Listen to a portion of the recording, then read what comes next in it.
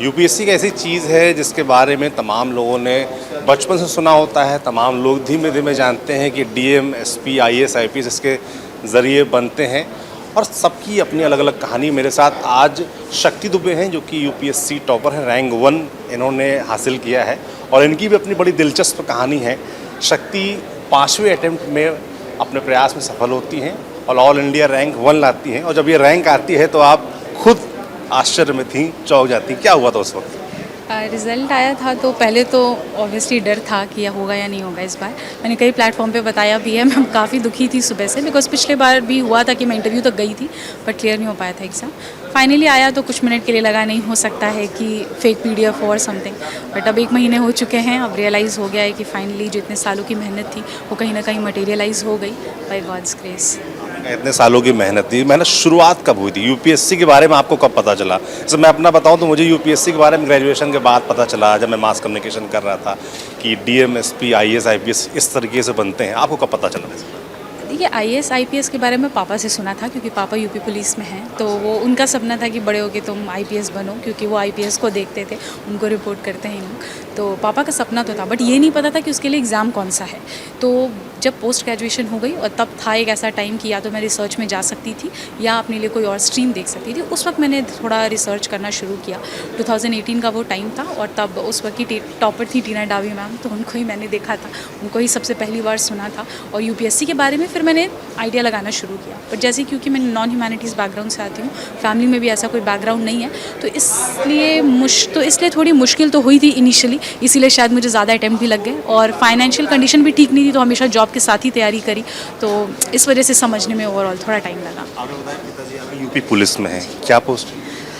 पापा भी sub inspector हैं। जी जी।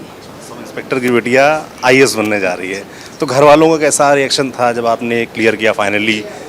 आई थिंक वो लोग भी बहुत सुकून में हैं, उनको भी इसी बात की खुशी है क्योंकि उन्होंने भी मुझे इतने सालों से मेहनत करते देखा है। एक पॉइंट के बाद उनको भी पिछले बार बहुत दुख हुआ था, उन्हें भी मेरी वजह से, बिकॉज इतनी मेहनत के बाद जब आप उस जगह पे नहीं पहुंचते हो जो आप चाहते हो तो थिंग्स बहुत ज़्यादा ख़राब हो जाती हैं। तो they were very sad for me actually, और इस बार जब हो गया तो उनका यही है कि तुमने इतना जो मतलब मेहनत किया, finally God has gifted you with that, तो बस वो भी बहुत सुकून में हैं, खुश हैं। असफलता की बात होती है हमेशा, पर ये 4 बार की असफलता थी, इसका सफ़र कैसा, थोड़ा इसके बारे में बताइए, क्योंकि पेरेंट्स का रोल मुझे लगता है बड़ा ही महत्वपूर्ण हो जाता है ऐसे में कि 4 बार आप नहीं निकाल पाए और जाहिर सी बात है कि लड़की होकर और मुश्किल हो जाता है, समाज में चैलेंज और बढ़ जाते हैं क्योंकि तमाम मुझे लगता है कि वो 4 रिश्तेदार कहा जाते हैं, 4 लोग क्या कहेंगे, उस तरह की बातें भी आती होंगी। तो पेरेंट्स का रोल कितना इंपॉर्टेंट है? पेरेंट्स का रोल तो बहुत ही ज़्यादा इंपॉर्टेंट है क्योंकि इनिशियली क्या हुआ था कि मैंने जॉब के साथ तैयारी शुरू की क्योंकि फाइनेंशियल कंडीशन ठीक नहीं थी। तब पापा हेड कांस्टेबल थे यूपी पुलिस में, तो उस वक्त मैंने जॉब के साथ तैयारी शुरू की तो बहुत ज़्यादा टाइम मैं पढ़ाई को दे नहीं पाती थी। लेकिन जब कोविड आया और फिर मैं दिल्ली से अपनी फाउंडेशन कोर्स करके वापस चली गई, तब मैंने सोचा कि शायद एक बार अच्छे से सब छोड़ के फुल फ्लेजेड प्रिपरेशन की ज़रूरत है। तो उस वक्त भी मैं बहुत डायलेमा में थी कि जॉब छोड़नी चाहिए नहीं छोड़नी चाहिए, क्या पता होगा नहीं होगा। तो उस वक्त भी मम्मी और पापा का यही था कि अगर आपको लग रहा है कि आप कर लोगे, अगर आपको लग रहा है अगर आप फुल फोकस से प्रिपरेशन करके कर लोगे तो किसी की मत सुनो, हम हैं यहाँ पे। और आई थिंक 5 साल 6 साल हो चुके हैं कि हम फैमिली फंक्शंस में नहीं जाते थे, गैदरिंग्स में नहीं जाते थे, पेरेंट्स लेकिन रहे हैं वहाँ, उन्होंने बहुत कुछ सुना है, बट ठीक है, it's also a part of the journey. हर किसी को अपना वो जो बोलते हैं संघर्ष होता है वो सबको जीना पड़ता है, ये हमारा था, हमने जिया, but ultimately by God's grace it's all possible. वो 4 लोग शांत हो गए होंगे मुझे लगता है जो बोलते हैं। मैं आपके भाई के बारे में जानना चाहूँगा, एक रील बड़ी वायरल थी आपकी, मैंने देखा, जिसमें आपने बताया कि आपके भाई ने एक मैसेज दिया था आपको जो कि बड़ा मोटिवेटिंग रहा। मैं चाहता हूँ आप बताएं दर्शकों को। एक्चुअली अब हम भाई बहनों में आपस में बड़ा लाइक रहता है कि हम साथ ही रहे हैं, बचपन से एक ही स्कूल में पढ़ाई करी है, ठीक है, तो ये रहा है कि हमारा हमेशा कोऑर्डिनेशन अच्छा रहा है। अगर घर में भाई बहनों का सपोर्ट ना हो तो आई थिंक बहुत मुश्किल हो जाता है क्योंकि हम बड़े थे, तो आई थिंक वो हो जाता है ना, रिस्पॉन्सिबिलिटी टू गेट एम्प्लॉयड वो हम पे थी। बट फिर भाई का ये था कि जैसे उसका बैचलर्स ख़त्म हुआ उसने तुरंत IT सेक्टर में उसने जॉब ले ली एंड ही वाज लाइक मैं काम कर रहा हूँ, तुम जॉब छोड़ो, तुम पढ़ाई करो, तुम कर लोगी, बिकॉज उसे पता था कि मुझे कितना जुनून था यूपीएससी का। तो तभी उसने कहा था लास्ट ईयर जब मैं फेल हुई कि हताश मत हो, मेहनत करो, शायद भगवान ने तुम्हें रैंक 1 के लिए बचा के रखा है। एंड फिर वही शायद भगवान ने उसकी बात सुन ली तो वो it is like this. Last जो 4th अटेम्प्ट था मुझे लगता है, तब भाई ने इनके कहा कि आप चिंता मत करें, हो सकता है कि जो नंबर 1 रैंक है, ऑल इंडिया रैंक 1, वो आपके लिए बचा के रखी हो और देखिए कभी कभी ज़ुबान पर सरस्वती माँ होती हैं और ये बात सही भी निकली। थोड़ा सा मैं तैयारी के बारे में जानना चाहता हूँ, उसका क्या प्रोसेस रहा आपका, क्योंकि सब्जेक्ट का सिलेक्शन वो एक बड़ा महत्वपूर्ण चीज़ मानी जाती है। उसके बाद फिर गाइडेंस की बात होती है कि कोचिंग वगैरह करना, तो कैसे डिसाइड करते हैं आप लोग? मेरी जर्नी तो काफ़ी लंबी रही है, तो हर अटेम्प्ट में मैंने कुछ ना कुछ नया किया है। तो मैं ये एक डायरेक्ट चीज़ नहीं बता सकती कि आप पहली बार में ये कर लोगे और वर्क कर जाए, क्योंकि मैंने बहुत से हिट एंड ट्रायल्स किए। नहीं, मैंने तो पूरी की। फिर बायोकेमिस्ट्री था मेरा, तो वो सब्जेक्ट है नहीं ऑप्शनल की तरह, तो मैंने पॉलिटिकल साइंस और इंटरनेशनल रिलेशन को चूज़ किया था, बिकॉज वो मुझे लगा था कि आई थिंक मुझे इंटरेस्टिंग भी लगता था, जीएस पेपर से ओवरलैप भी था, और आई थिंक अपना एक सबसे इंपॉर्टेंट चीज़ जो होता है कि आप उस सब्जेक्ट के साथ कितना ज़्यादा टाइम स्पेंड कर सकते हो, तो वो सब पॉसिबिलिटीज़ को देखकर मैंने PSIR को ही ऑप्शन की तरह चूज़ किया था। ये था। कोचिंग की बात करें तो हाँ, इनिशियली मैंने फाउंडेशन कोर्स तो किया था, बट आई थिंक यूपीएससी में सेल्फ स्टडी सबसे ज़्यादा मैटर करता है, बिकॉज हर साल आपको वैल्यू एडिशन बहुत ज़्यादा करना पड़ता है। अब अगर मेंस में हर कोई एक ही तरीके का आंसर लिख रहा है, तो मार्क्स एक्स्ट्रा मिलने के चांसेस कम हो जाते हैं। तो वो जो यूनिकनेस आंसर में आती है, that comes from your own hard work. वो हमने न्यूज़पेपर से आप कुछ एडिशनल एग्जाम्पल्स पिकअप कर रहे हो, कोई मैगजीन से पिकअप कर रहे हो, तो ये जो सेल्फ वर्क होता है, आई थिंक वो यूपीएससी में यूनिकनेस लेकर आता है। सो सेल्फ स्टडी आपके लिए बहुत बड़ा रोल है। मैंने ये भी सुना था कि आप पढ़ाई, कोचिंग या जो आपने कोर्स था वो करने के बाद आप घर गई थी, घर से तैयारी की, क्योंकि कई लोग मैं देखता हूँ घबराते हैं कि दिल्ली में तैयारी कर रहे हैं तो घर नहीं जाएंगे, घर में माहौल नहीं मिलेगा, क्या मिलेगा, उसको कैसे सामना किया? मैंने तो 2018 में जब मैं अपना BHU से पास आउट हुई, फिर मैं आ गई थी दिल्ली, और वहीं 9 महीने मैं यहाँ थी, जहाँ जब मैंने फाउंडेशन कोर्स किया उसके बाद मैं वापस चली गई थी घर। वहीं पर ट्यूशन पढ़ाती थी बच्चों को और साथ में अपनी तैयारी कर रही थी। उसके बाद कोविड आ गया, तो भी मैं घर ही पे थी। एंड देन उसके बाद मुझे वो ज़्यादा कंफर्टेबल लगा, क्योंकि आप पढ़ाई पे पूरा ध्यान दे सकते हो। जो एडिशनल बर्डन होता है बाहर रहने का, वो आपके ऊपर नहीं रहता है। एडिशनल खर्चा नहीं होता, क्योंकि दिल्ली बहुत ही कॉस्टली है, तो वो भी नहीं होता। तो आई थिंक ये सब कुछ मिला के मुझे कंफर्टेबली घर पर रह के पढ़ना अच्छा लगा, बिकॉज पेरेंट्स का भी इमोशनल सपोर्ट रहता है, जिसकी वजह से जब कभी आप हताश हो रहे हो या आपको ऐसा लग रहा है चीज़ें मुश्किल हो रही हैं, तो आप पेरेंट्स से बात कर सकते हो, भाई बहन से बात कर सकते हो। तो आई थिंक वो एक आपका जो मेंटल सेटअप होता है, that is been provided by home, जो मुझे लगता है और कहीं नहीं मिल सकता। तो मैं तो कहती हूँ कि अगर अब तो ऑनलाइन कोर्सेज भी बहुत अवेलेबल हैं, I think student should go for online courses. अगर आप अपने घर के कंफर्ट से प्रिपेयर कर सकते हैं तो they should go for that. एक बात ये भी बड़ी आती है कि अगर यूपीएससी निकालना है तो आपको 18 घंटे पढ़ना पड़ेगा, नींद कम करनी पड़ेगी, समाज छोड़ना पड़ेगा, सोशल कट ऑफ करना पड़ेगा, ये सब कितना सही है? खासतौर जो घंटों की बात हो। घंटे तो बहुत ज़्यादा हैं, 18 घंटे कोई नहीं पढ़ सकता, मुझे जहाँ तक लगता है। मैंने 8 से 10 घंटे पढ़ाई करी थी कंसिस्टेंटली। उसमें भी ऐसा होता था कि हाँ, 1-2 हफ्ते पे जब बहुत ही बर्नआउट हो जाता था तो एक दिन का ब्रेक भी ले लो और साथ में। बट हाँ, मेरा ऐसे कुछ बहुत बड़ा सोशल सर्कल रहा नहीं कभी, तो मुझे प्रॉब्लम नहीं हुई कि सोशल सर्कल से कट ऑफ करना पड़ेगा। ना मैं सोशल मीडिया पे थी तब, तो वो सब प्रॉब्लम उतनी थी नहीं। हाँ, कोविड के टाइम पे मैं सोशल मीडिया अकाउंट मैंने बनाया, बट उसको भी मैं बहुत लिमिटेड यूज़ करती थी। रैदर अगर मैं बताऊं तो इस बार ही मैंने कुछ ऐसे पेजेस सोशल मीडिया पे फॉलो कर रखे थे, जहां से बहुत अच्छे एग्जांपल्स मैंने पिकअप किए, जो मैंने इस बार एथिक्स वगैरह में कोड किए थे। और मुझे लगता है कि that has help my answers look थोड़ा यूनिक ऑल्सो, क्योंकि हर कोई अगर एक ही मतलब चीज़ को कोड कर रहा है एग्जाम्पल में, आप कुछ यूनिक लेकर आते हो, कुछ नया लेकर आते हो, तो एज मिलने के चांसेस बढ़ जाते हैं। तो हर चीज़ का अपना मतलब तरीका होता है डील करने का। मैंने उसको बहुत ही पॉजिटिव तरीके से की, अपने से कोशिश। आई थिंक दैट आप कह रहे हैं कि सोशल मीडिया का एक पॉजिटिव यूज़ भी हो सकता है, वो आपने किया और वो आपको हेल्प भी किया। जी, आई लाइक टू मेंशन एक बेटर इंडिया वेबसाइट है, गवर्नमेंट ऑफ इंडिया की खुद की अपनी माई गवर्नमेंट वेबसाइट है, तो वो सब शी द पीपल TV है, तो ये सब चीज़ें मैंने फॉलो की थी, जहाँ से मैं रेलेवेंट एग्जांपल्स पिकअप कर सकती थी। और आई थिंक एथिक्स में, ऐसे में इसको कोड करने का स्कोप भी बहुत ज़्यादा होता है। तो सोशल मीडिया अगर मैं देख भी रही थी, तो ये नहीं है कि मैं बिल्कुल इंटरटेनमेंट नहीं देखती थी, बट हाँ, थोड़ा बहुत वहाँ से फ्रूटफुल एग्जाम्पल्स पिकअप करना etcetera, I think that help. Break की बात भी की थी और अभी एंटरटेनमेंट कीवर्ड आया, तो एंटरटेनमेंट के लिए, ब्रेक के लिए क्या आप करती थी? मतलब वेब सीरीज़ देखना, मूवीज़ देखना, क्या इस तरह की कोई हॉबी या करते थे कि या इनसे बचते थे? नहीं, मैं एक्चुअली मुझे वेब सीरीज़ में उतना इंटरेस्ट है नहीं, कभी रहा नहीं। और मेरी प्रॉब्लम ये है, अगर मैं कोई चीज़ देखने लगती हूँ तो मैं उसमें पूरा घुस जाती हूँ, तो फिर मैं उस जोन में चली जाऊँगी। तो वेब सीरीज़, मूवीज़ मैं बहुत कम देखती थी। मुझे जो सबसे ज़्यादा पसंद था वो है लिखना, तो मैं खाली टाइम में आई यूज़ टू राइट, डायरी लिखना, पोएम लिखना, कहानियाँ लिखना, और या फिर कोट्स लिखना, ये मैं करती थी। और थोड़ा बहुत जो टाइम मिलता था पेरेंट्स के साथ स्पेंड किया, बात कर लिया, बैठ गए, तो ये सब चीज़ों से आई थिंक मैं अपना आपको रिलैक्स कर लेती थी। इंस्पिरेशन की बात भी बहुत होती है कि भाई आपको 4 बार सफलता मिली, तो किसी की तरफ देखना, किसी से इंस्पायर होना, कोई पर्सनैलिटी जिससे रोबोट एक ड्राइव आए अंदर, ऐसी भी कोई पर्सनैलिटी, कोई इंस्पिरेशन? पर्सनैलिटीज़ तो देखो आपको हमें बहुत मिल जाएंगी, लेकिन एक ऐसा जिस इंसान को हमने अपने सामने स्ट्रगल करते देखा हो और कभी हार ना मानते देखा हो, तो वो मेरी मॉम ही रही हैं, मेरी मम्मी रही हैं। उनको मैंने देखा, बहुत प्रॉब्लम आई, उनको हेल्थ रिलेटेड इश्यूज़ हुए, वो फिज़िकली मेंटली उन्होंने बहुत कुछ प्रॉब्लम हुई उनकी, लेकिन she always like rose back. उन्होंने हमें भी यही सिखाया, तो आई थिंक वो नहीं हारना मम्मी से ही आया है हमें, एंड इट कंटिन्यूड। तो वो my role model is my mom, my mother. वो एक फिल्म में डायलॉग है कि माँ से बड़ा योद्धा कोई नहीं होता है, वो मुझे लगता है रेलिवेंट आप बता रही हैं, बिल्कुल सही। बिल्कुल, क्योंकि पापा का ये है कि पापा ड्यूटी में रहते थे, उन्होंने जितना हमें बाहर सपोर्ट दिया है, क्योंकि कोई कुछ भी कह रहा है तो पापा हैं कि मैंने मेरा शील्ड, लेकिन घर पे जो इमोशनल सपोर्ट था वो पूरा पापा मम्मी दोनों का। तो आई थिंक फैमिली से बाहर मैंने कभी रोल मॉडल्स देखे नहीं।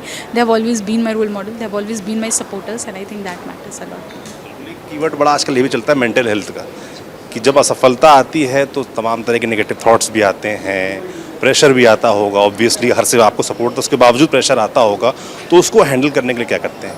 पढ़ते हैं, कुछ देखते हैं, घूमते हैं, क्या करते हैं? मेंटल हेल्थ की एक ऐसी स्टोरी है जो मुझे लगता था कि शायद जिस दिन मैं एग्ज़ाम क्लियर कर लूँ तो ये what is anxiety, what is depression, ये आप नहीं फील करोगे क्योंकि लाइफ सेट हो जाएगी। But I realize mental state एक बहुत ही फ्रजाइल स्टेट होता है जो बहुत सी चीज़ों में डेवलप होता है। हमें लगता है कि एग्ज़ाम क्लियर हो जाने के बाद सब ठीक हो जाएगा। मैंने क्लियर किया है, मैंने देखा है, ऐसा नहीं होता है। It doesn't happens like that. But हाँ, ड्यूरिंग द प्रिपरेशन, क्योंकि एक मोनोटोनस रूटीन है, क्योंकि आपको वही चीज़ें, अगर आप एक बार फेल हो रहे हो, आपने जो किताबें एक बार पढ़ी उसको आपको दोबारा पढ़ना है। मैं 4 बार फेल हुई, मैंने उसको 4 बार पढ़ा है। तो एक पॉइंट के बाद वो जो मोनोटोनस रूटीन आ जाता है, कभी कभी ऐसी एंक्शियसनेस कि मे बी मेरा होगा ही नहीं कभी, मे बी मैं अपना टाइम वेस्ट कर रही हूँ, मे बी अपना ईयर्स वेस्ट कर रही हूँ। तो ये सारी चीज़ें जो हमेशा आपको एक क्वेश्चन मार्क रेस करती हैं। बट आई थिंक जो मैंने हमेशा हर जगह बोला, आई डोंट नो बच्चों उसको रेलेवेंट समझेंगे या नहीं, बट मुझे लगता है इंट्रोस्पेक्शन एक ऐसी चीज़ है ना कि खुद से बात करना। तो I used to talk to myself, मैं खुद से बात करती हूँ खाली रूम में बैठ के, खुद ही को क्वेश्चन, खुद ही को answer, to just get back to a state.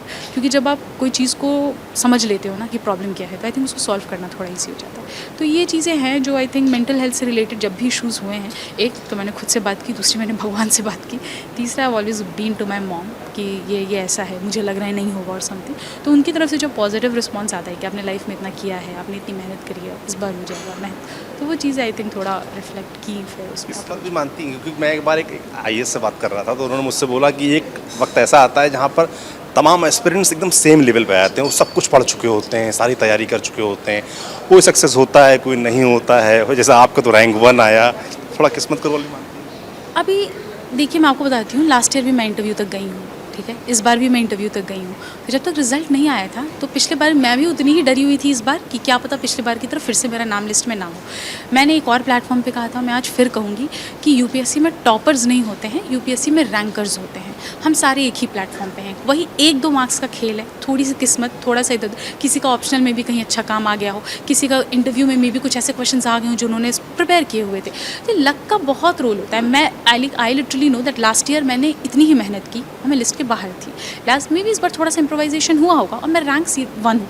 ये नहीं है कि मेरे बाद के रैंक वाले बच्चों ने कम मेहनत की है या उनका मे बी नॉलेज मुझसे कम। Might be there are people who are more brighter than me, but they are on the lower rank, because I do realise इस एग्जाम में लक तो है, किस्मत है। स्पेसिफिकली आप प्रीलिम्स में देखो, जो अभी रिसेंटली प्रीलिम्स हुआ, मैंने पेपर देखा, वो अनप्रेडिक्टेबिलिटी नहीं जाती, वो फियर आज भी, वो रैंक 1 होने के बाद भी जब वो पेपर मैंने देखा, मुझे उतना ही डर लगा जितना मुझे पिछली बार एग्जाम हॉल में बैठ के लगा था। सो आई थिंक ये जो है अनसर्टेनिटी इस एग्ज़ाम की, वो इस एग्ज़ाम को थोड़ा सा तो कॉम्प्लिकेट करती चली जाती है, and I think luck does play a role in that. Plan B की बड़ी बात होती है, तमाम यूपीएससी एस्पिरेंट्स के बीच ये बात कही जाती है कि आपका एक मेंटल लेवल तो हो गया है और होना ना होना वो अलग विषय है, तो कोई प्लान बी भी तैयार करके रखिए, अगर नहीं होता तो क्या करेंगे। और आप जैसे लोग जिनका 4 राउंड हो चुका था, 5वें में होता है, तो कोई प्लान भी चलता है दिमाग में, क्या ये ज़रूरी चीज़ है?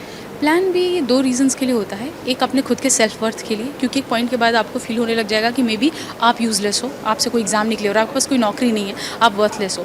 Second, I think plan B is important for financial security, क्योंकि एक पॉइंट के बाद आपको financial independence is very important. In my case दोनों चीज़ वॉज अ प्रॉब्लम, बिकॉज पापा was the so learning person.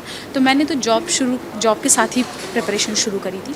मैंने 2021 में जॉब छोड़ी थी प्रॉपर, और उसके बाद मैंने फुल फ्लेजेड प्रिपरेशन की। फिर लास्ट ईयर फेल होने के बाद मैंने मेंस लिख के वापस एक जगह को ज्वाइन कर लिया था। तो प्लान भी मैंने हमेशा साथ में लेके चली, क्योंकि उससे थोड़ा बैक ऑफ द माइंड में फाइनेंशियल सिक्योरिटी का वो रहता है, और एक खुद का कि चलो ठीक है, कुछ नहीं हुआ था, at least I have something to fall back upon, तो वो रहता है। I do give importance to plan B. अब ये मैं नहीं कह रही कि आप पहले ही अटैम्प्ट में प्लान बी लेकर आ जाओ।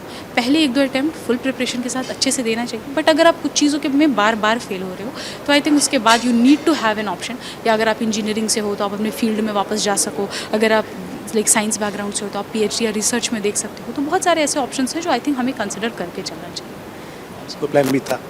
मैं तो अभी क्योंकि मैंने अपना कॉलेज पास आउट किया, मुझे ऑलरेडी 5 years हो चुके थे, मैं वहाँ से भी गोल्ड मेडलिस्ट थी, तब मेरे पास इंस्पायर फेलोशिप थी to go for PhD, but that time मुझे लगा कि I will be able to clear it in first 2 attempts, but नहीं हो पाया। अभी तो मैंने टीचिंग को ही अपना पैशन बना लिया था, तो पहले ट्यूशन्स देती थी, अब मैंने कोचिंग में मेंटरिंग शुरू करी थी। सो और क्योंकि PSIR मेरा ऑप्शनल रहा है, तो I was good at political science, तो आई थिंक उसमें बच्चों को गाइड करना या जोग्राफी में गाइड करना, so I went started entering that field कि अगर if not me then may be I can guide people to see मतलब the light to their dreams की कैसे हो सकता है कैसे। आखिरी सवाल है मेरा, मैं अभी 12th जो टॉपर्स उनको सुन रहा था, और वैसे भी मैं जब 11th-12th के बच्चों से मिलता हूँ, उनसे बात करता हूँ, तो उनके दिमाग में बड़ा चलता है IAS बनना, IPS बनना, वो भी जानते नहीं है बहुत उस विषय में। तो वैसे जो बच्चे हैं जो भी 12th पास किए हैं, टॉप किया है, 90% के ऊपर नंबर लाए हैं, उनके लिए कोई मैसेज कि कितना मुश्किल है जर्नी और कैसे चुनाव करें, कैसे आगे बढ़ें?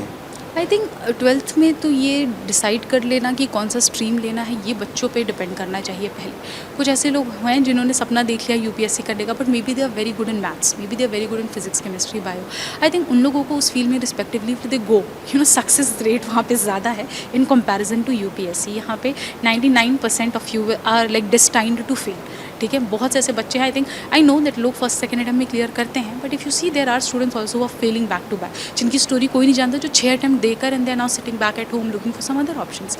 तो आई थिंक UPSC को बिना समझे ऐसा डिस्क्रीट कर सोच लेना कि UPSC ही करना, उसके बेसिस पर हमने सब्जेक्ट्स भी चूज़ कर लिए, हमने बैचलर्स भी स्टार्ट कर दिया, एंड इन दी एंड आपको पता चला कि ना अब आप उस फील्ड में वापस जा सकते हो जिसमें आप अच्छे थे, और ना आप UPSC में एक्सेल कर पा रहे हो। तो I think it has to be a very calculated decision to get into something like UPSC। Thank you Shakti बात करने के लिए, और आपको शुभकामनाएं। शुभकामनाएं ज़्यादा इसलिए भी क्योंकि आपने 4 अटैम्प्ट में नाकामी के बाद आप लड़ती रहीं और आप 5वें में इतना बड़ा मुकाम हासिल किया, मुझे लगता है कि काफ़ी मोटिवेटिंग होगा सबके लिए। तो आपको शुभकामनाएं आगे के सफ़र के लिए। बाकी आपने देखा पूरा इंटरव्यू कैसे एक यूपी पुलिस के सब इंस्पेक्टर की बिटिया टॉप मारती है UPSC में और अब वो IAS बनने जा रही है। तो मुझे लगता है काफ़ी कुछ आप इस इंटरव्यू से देख सकते हैं, सीख सकते हैं। आपको ये बातचीत कैसे लगी कमेंट बॉक्स में लिखकर ज़रूर बताएं। देखते रहिए TV9 डिजिटल। शुक्रिया।